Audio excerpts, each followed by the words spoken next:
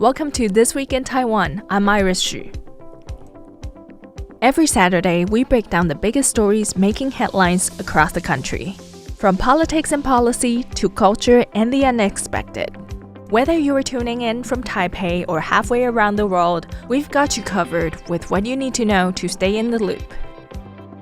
Taiwan is home to 23 million people, and you might think what happens on this small island doesn't affect you.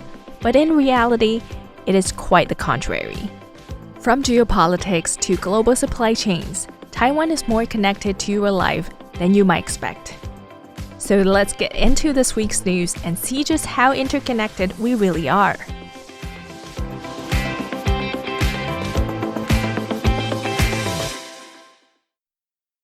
In the push to secure the best possible tariff deals with the United States, lawmakers here in Taiwan are offering sharply different strategies. The Democratic Progressive Party caucus says Taiwan should use its position as a key hub in the First Island chain to gain leverage, while the Kuomintang is urging the Lai administration to fully engage Washington on all fronts. The U.S.'s reciprocal tariffs took effect on Thursday, August 7th. Taiwan's provisional rate was set at 20%, but it turns out that the figure is not a ceiling. Instead, it's calculated using a stacking method, meaning it's added on top of existing duties. DPP Secretary General Rosalia Wu says the cabinet explained the method back in April. She's calling for tariff talks to be conducted as openly and transparently as possible, within the bounds of what can be disclosed. The Washington Post, citing trade negotiation documents, reports U.S. officials are preparing to urge Taiwan, India, and Indonesia to either boost defense spending or expand U.S. arms purchases.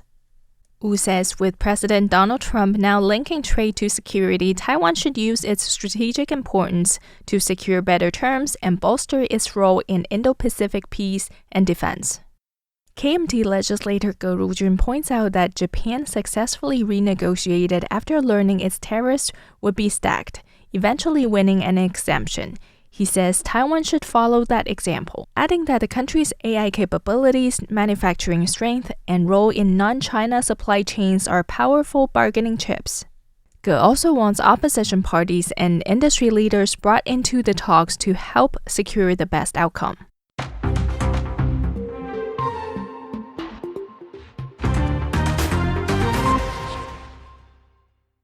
Interior Minister Liu Shifang says Li Zhenxiu, a Chinese spouse on the Taiwan People's Party's at-large legislator list, must renounce her Chinese nationality before taking office if she is to fill a legislative seat.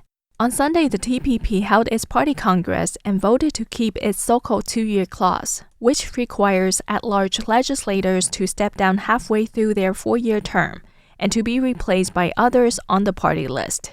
The party says the rule is designed to promote transparency and ensure its identity remains above any single politician. Of the TPP's 8 current at-large legislators, all but the recent appointed Liu Shubin will step down in January 2026. Li Zhenxiu, who is 15th on the list, could again be in the spotlight if questions over her nationality status threaten her appointment. Citing Article 20 of the Nationality Act, Minister Liu Shifang says nationals holding foreign citizenship must renounce it before taking office and submit proof of loss within a year. If you are an elected public official, you must be loyal to the Republic of China. When you must be loyal to the Republic of China, we do not allow allegiance to two different countries. Therefore, we're handling this in accordance with Article 20 of the Nationality Act. We do not have any special administrative regulations or particular restrictions beyond that. Taiwan is a country with democratic politics and the rule of law, so please abide by the law, especially when it comes to elected public officials. Earlier this year, the ministry found 5 village chiefs holding Chinese nationality. In August, Hualien County's Fuli Township Xuetian Village Chief Deng Wanhua became the first to be removed from office. Liu is urging the remaining 4 to complete their renunciation within a year and calling on local governments to guide them through the process.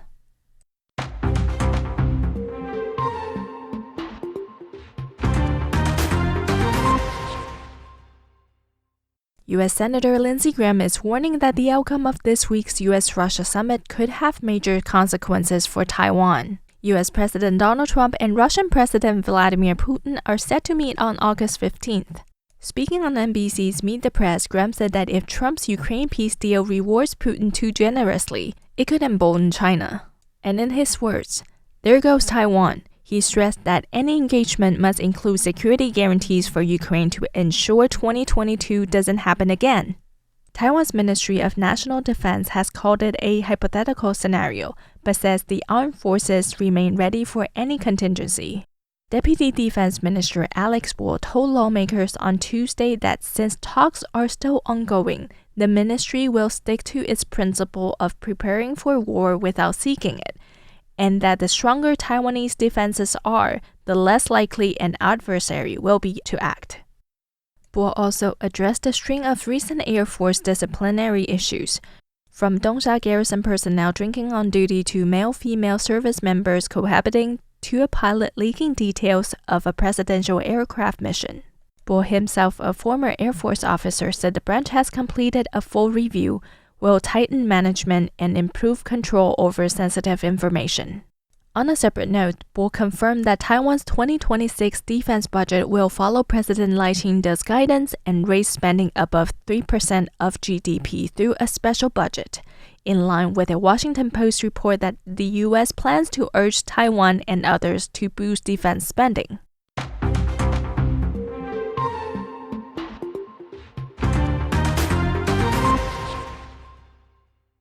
The Overseas Community Affairs Council is launching a relief guarantee program to help overseas Taiwanese businesses hit by U.S. reciprocal tariffs.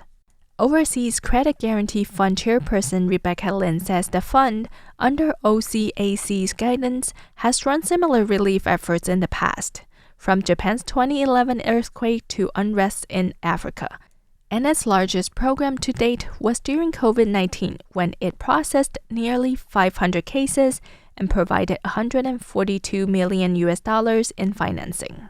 With Washington's new reciprocal tariffs rates now impacting multiple countries, many overseas Taiwanese firms are feeling the strain.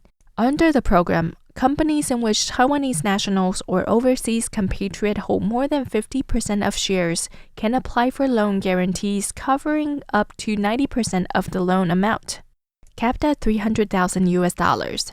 Applicants must show that revenue has dropped by more than 10% since the tariffs took effect, though the fund says it will review cases with flexibility. OCAC Minister Xu Jiaqing says the program is designed as emergency assistance. The guarantee term is 3 years, with the option to extend once for a maximum of 6 years. OCAC will cover guarantee fees for up to 3 years and subsidize part of the interest for up to 6 months. Applications could open by mid-September.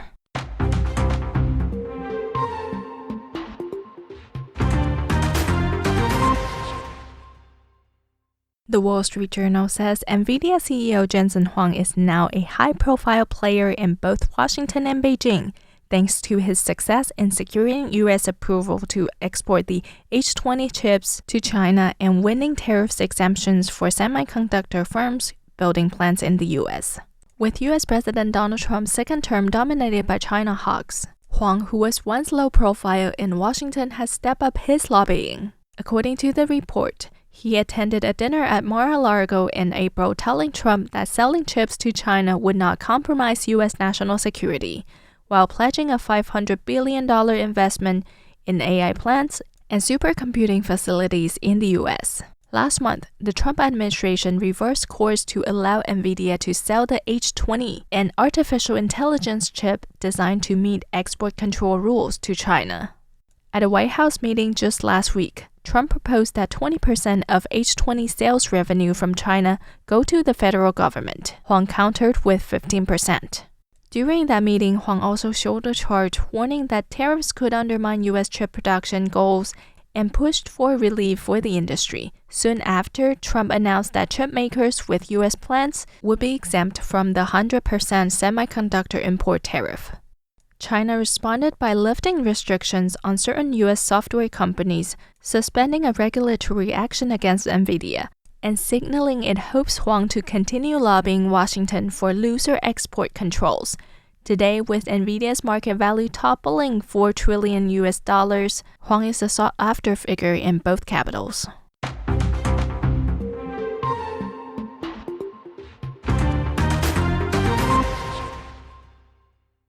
The Chinese vehicle manufacturer BYD allegedly has plans to enter the Taiwanese market through transshipment, the practice of routing goods through an intermediate country or port, raising national security and cybersecurity concerns. After recent reports that BYD's Taiwanese distributor hosted a banquet for senior legislators, civic groups in Taiwan held a press conference this Monday, claiming the company's products are more than just vehicles, they're weapons. BYD allegedly has plans to assemble vehicles in Thailand before importing them to Taiwan to circumvent the act governing relations between the people of the Taiwan area and the mainland area, which prohibits the import of complete Chinese vehicles. The company's establishment of a factory in Thailand points to this, according to DPP legislator Nga Do, who added that their success could disrupt the Taiwanese market and lead to other Chinese companies following suit. Do underlined strong ties that BYD has with Chinese military-industrial groups and the PLA supply chain, warning that allowing them to exploit loopholes would endanger Taiwan. According to Do, BYD's entry into Taiwan is more than just a business move. It's infiltrative, non-militarized aggression threatening Taiwan's security and democracy. Wang Mingzhang, president of the NGO Taiwan Society, cited numerous Chinese BYD vehicle incidents, including remote control, combustion, and loss of control over the vehicles. Wang highlighted how this further raises concerns about cybersecurity and national security, noting that this could be more than just one Trojan horse entering Taiwan. It could be an army of thousands. The Mainland Affairs Council responded to concerns by stating that Chinese-branded vehicles must undergo a strict investigation before entering the Taiwanese market. The council emphasized that this will especially be the case for Chinese electric vehicles as they are subsidized by the CCP. They additionally noted concerns regarding how user information is collected. Current measures specify that Chinese components imported for assembly in Taiwan must meet the domestic content procurement ratio in accordance with the Industrial Development Administration regulations before being sold, according to the Economic Ministry. The ministry says it is developing additional regulatory measures regarding imports, vehicle inspections, and sales. Tristan Hildebrand for RTI News. Thank you for listening to This Week in Taiwan. Until next week.